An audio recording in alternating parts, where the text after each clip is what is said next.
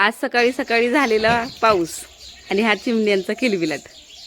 बाई कसलं सुंदर ओरडतायत या.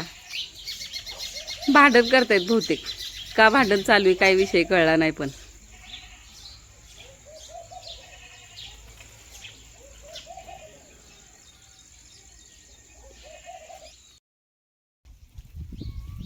छाक छाक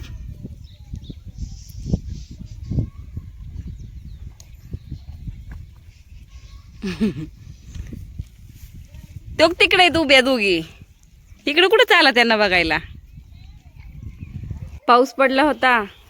कडब्याची वैरण ह्या जागेवर खात नाहीत, लय नाश करतात. म्हणून आज माझी ड्युटी ह्या शेळ्या चारायची होती.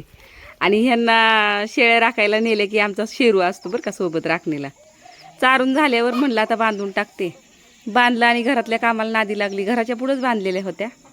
घरातल्या कामाला नादी लागली. बाई ह्यांनी एवढ्या गुतवून घेतलं होतं एकमेकीच्या दाव्यात एकमेकींना.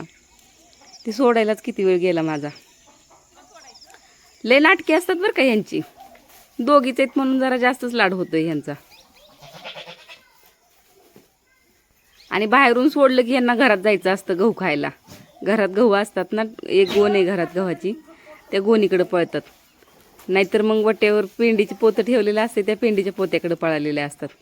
एवढं खाल्लंय तरी बघा ना आवरत नाही. हिला अजून खायला जायचंय. आणि या मॅडमला काल जरा कणकणी आली होती.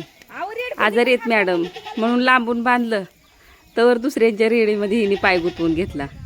म्हणलं आता टाईम झालाच आहे तर चला पाणी पाजून आपल्या जागेवर आणून बांधावेत. डॉक्टर आले होते रात्री, इंजेक्शन देऊन गेले. आज तशी बरी आहे, काय नाही झालं, फक्त कास सुजली होती. कास सुजली की कणकणी येतेच त्यांना.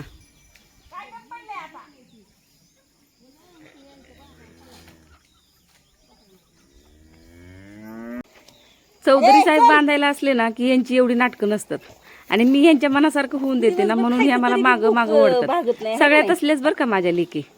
गाया तसल्याच, कालवड तसली, शेळ्या पण तसल्याच. हात तसले झालेत. आणि ही सगळ्यात छोटी धमी. या बाईचा तर थाटच वेगळा. जागेवर पाणी, जागेवर वैरण आहे बरं का. सोडायची कुणाची हिंमतच नाही. सोडलं की अख्ख्या वस्तीला प्रदक्षिणा घालून येते. घोड्यासारखी वाऱ्याच्या वेगाने एकदम धावत असते. मी तर लय घाबरून असते हिला. मारत नाही कधी, पण आपलाच हट्ट कडेला नेते. याच्यावरचा पूर्ण व्हिडिओ बघायचा असेल ना तर खाली कोपऱ्यात त्रिकोण दिसतोय त्याच्यावर क्लिक करा.